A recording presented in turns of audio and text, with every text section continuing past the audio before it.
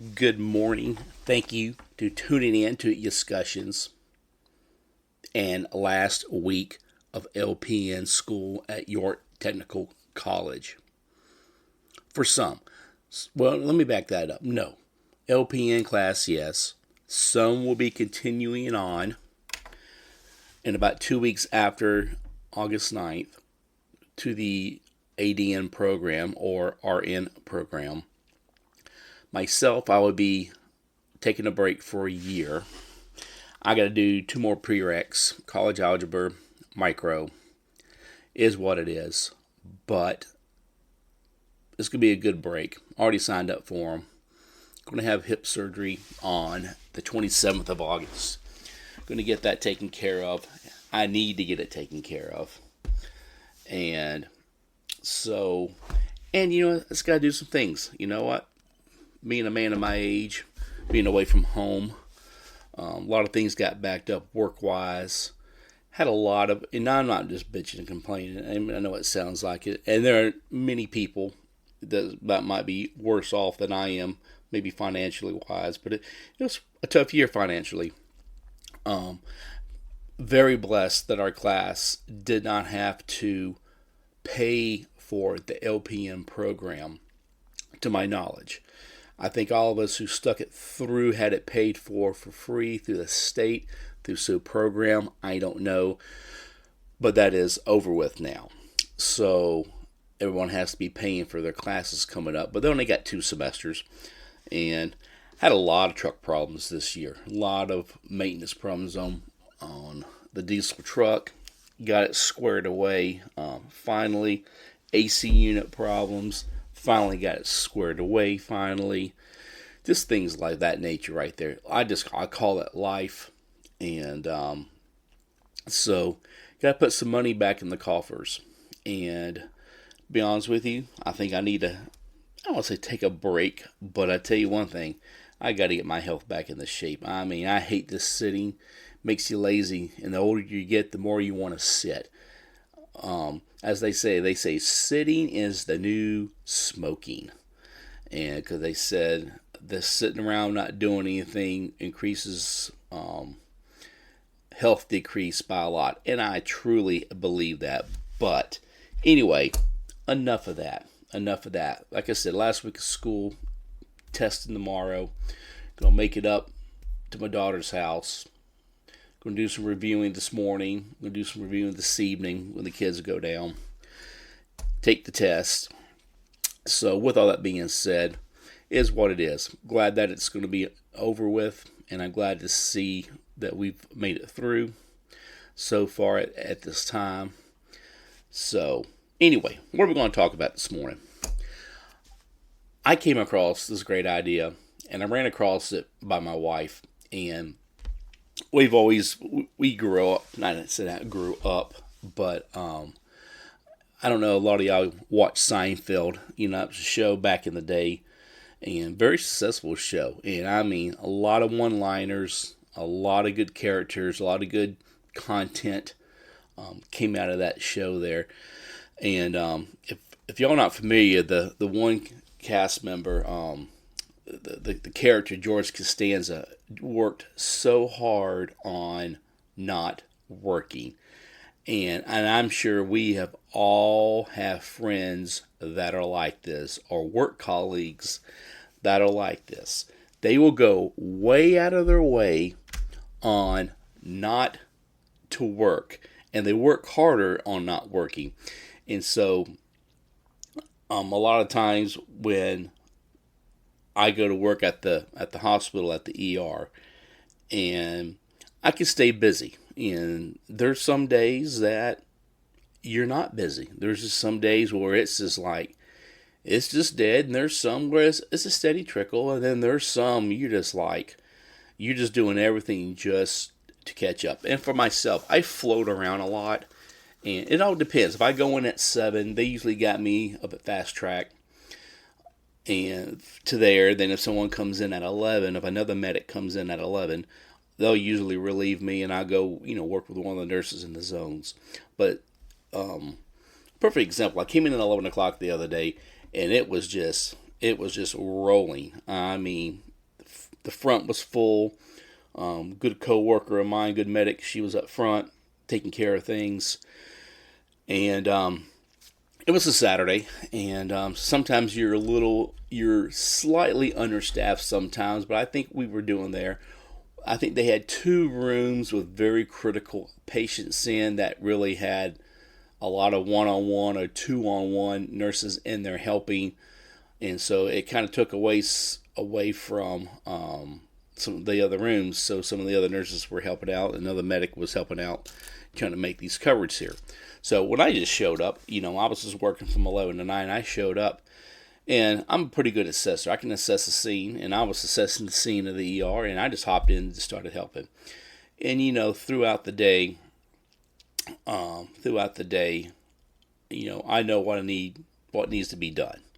And so, with that being said, made me started, when I came home, the wife was asking how his work was, and I was telling her, it was good, but there were some times, I just had to look busy, because then when things calmed down and everyone's back where they need to be, I was looking around, I'm like, we're just slightly top heavy a little bit today, and where am I going to be? And so, with that being said, we're going to talk about how to look busy, but you're not really busy at work. And so, I had to go to Google, and look. I typed in how to look busy at a hospital. So, TikTok popped up. I don't TikTok. I'm not a TikToker just yet. I haven't been bought into it, but that's just me. That's a whole nother conversation to have right there. So, but they have this one, but people are doing all these different things on how to look busy in a hospital. And so some I can relate to, and some were just kind of funny. So the first one that they had was just walk fast everywhere. Just walk fast. If you want to type this in, go to your TikTok. I know a lot of y'all do. You can type it in, and how to look busy at a hospital. And a lot of them was like, well, just walk fast. Well, most of you who know me with my bad hip, my big fat behind ain't walking fast unless I absolutely have to. I walk at a steady pace, but I'm not going to walk fast. So for myself, that's not going to work out. I'll have to say no to that with me. Maybe with some of your younger ones, that could do. But you know what? That might work for you. But where are you going to go when you're walking fast? If you got a small ER, or you work L&D, or maybe you don't work med surge, where are you going to walk to? People know, where are you going to go there? And so, anyway, I don't know about that one. I'm going to have to put that maybe at the bottom of my list right there. Another thing that they came up with was moving things from one room to another. And I was like, that may be some busy work, but what are you going to accomplish? So the problem is, I want to instill in you on how to look busy but still be productive. Maybe that's what it is. I'm just kind of talking off the fly this morning, to be honest with you, because I got to get downstairs and I got to do some reviewing this morning. So maybe that one there. Let's talk about that one there. How to look busy but be productive. So moving things from one room to another. Okay. Now, let's talk about this for a little bit. Now, with that being said, they are, and I don't know all the terminologies or all the committees and laws or beings above. I think it's called JCO. Don't quote me on that. I guess they can come in and do inspections on your hospital, and there's certain criteria that have to be met. I don't know these criteria. I do know, as being an EMS, where we live here in South Carolina, our department, it's called DHEC, and they will meet you at the hospital. And they will, when you're done doing your offloading a patient, they can say, hey, and they, basically we know who they are. And I never had a bad experience with them, but they're there to inspect your ambulance. And also they are there to make sure that you have your credentials on you. I think those credentials needs to be your South Carolina EMS card, your certification card that has your license card. And I think your CPR card needs to be on you there. And I'm not sure for paramedics if you have to have your ACLS card on you or not. Don't quote me on that. I don't know. But the big thing is they want to check the ambulance. They want to see, is the ambulance clean? They want to see, we are required, there is a checkoff list. You can go to the DHEC website for ambulances that you have a minimum of certain pieces of equipment that you have to have on the ambulance by state regulations. So they check things like that. They like to check your narcotic log, make sure that it's up to date. Things like that. Like I said, never had a bad experience with them. So with that, there is something similar to that with hospital. So maybe other people, I got people listening in different states, they chime in. Feel free to comment on my Podbean comments of what that is. I don't want to say it's called JACO. And I know our department, our hospital has a department, and one of the things they do, they will go through and look through like your ER and the other floors of make sure are we up to snuff. And so I know I'm rambling, I know I'm talking. But with that being said, let's move back to when I said, look busy moving things from one room to another. Okay, so you go into these ER rooms. I know time can be busy. A lot of our drawers are screwed shut, and then we have some upper cabinets that are open that we keep. We keep things in there like cleaning pads, chucks, emesis bags in there, socks for the patients. Things of that nature we keep in there. A big thing that they don't like to see is clutter. And this is a pet peeve of mine. And we're talking like leftover IV supplies, not unopened. Like you may have some extra lab tubes sitting in there, a handful of syringes that are, and IV supplies, all packaged up, ready to be used, but they don't want to take them back and dump them off and put them or restock. So they just throw them in there. And over time, it builds up. That's a big no-no.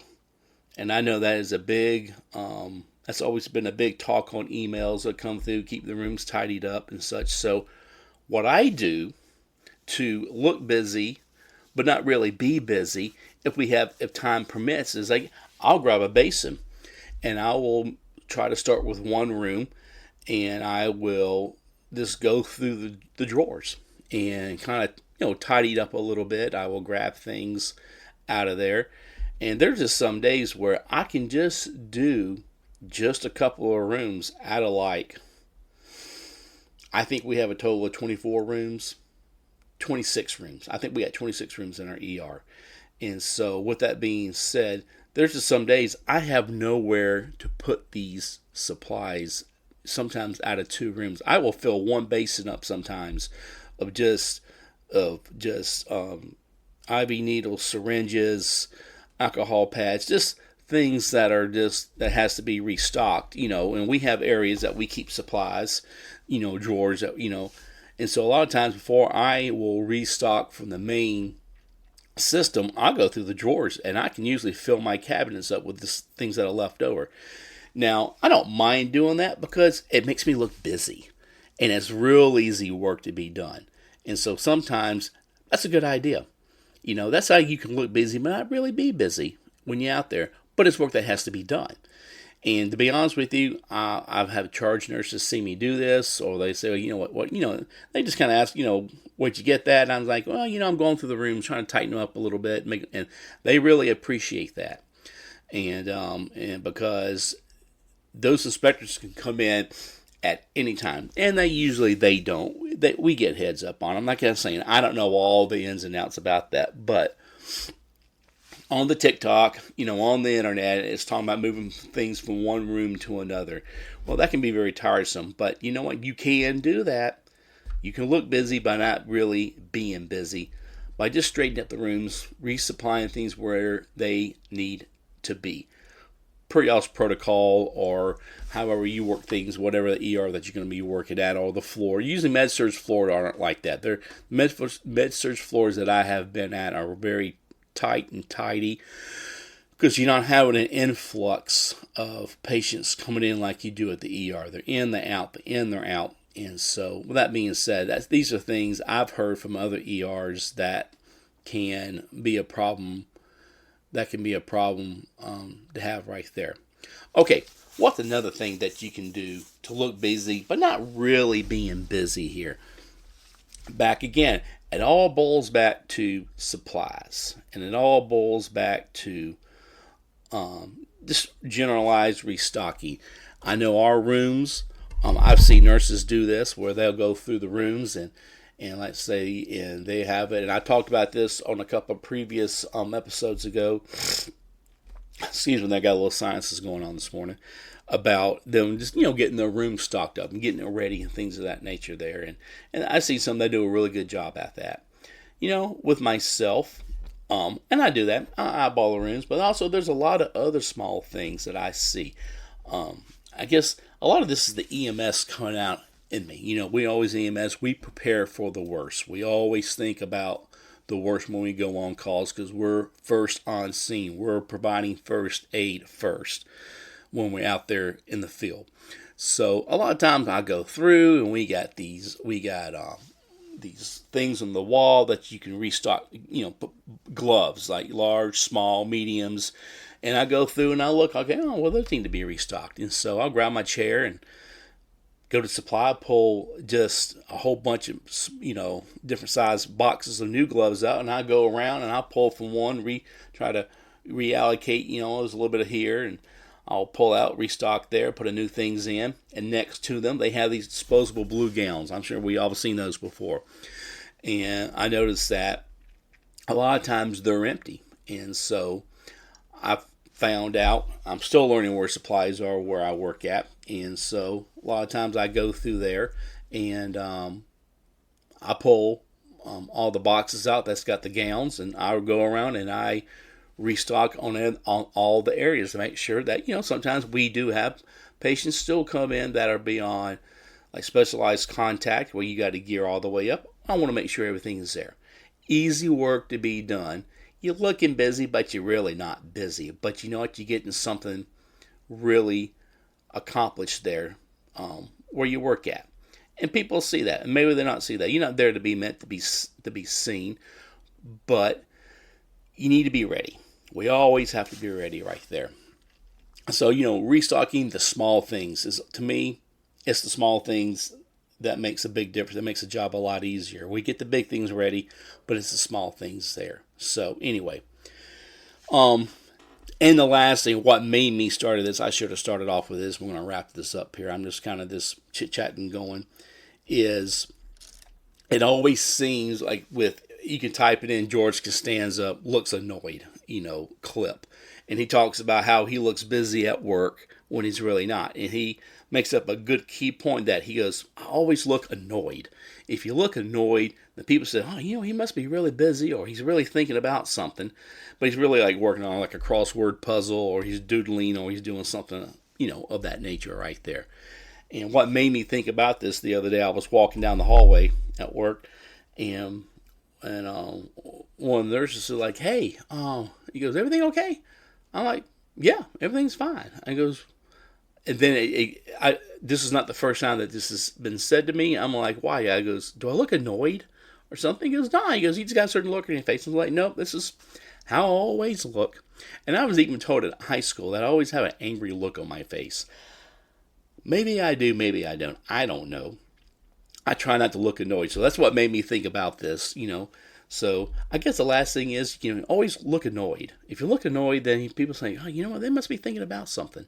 There must be, maybe they're being a little busy, working on a project, but they're really not, So anyway, there's my funny right there, which is really not funny. So just, look annoyed. So anyway, those are snippets of words of wisdom, if you want to call it, of how to look busy. Make sure things are stocked up.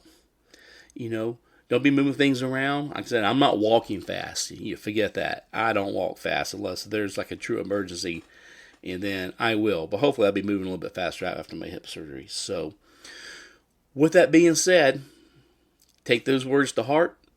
use them if you like. So, with that being said, y'all have a good Sunday, and I will see y'all in class on Monday morning for that final exam.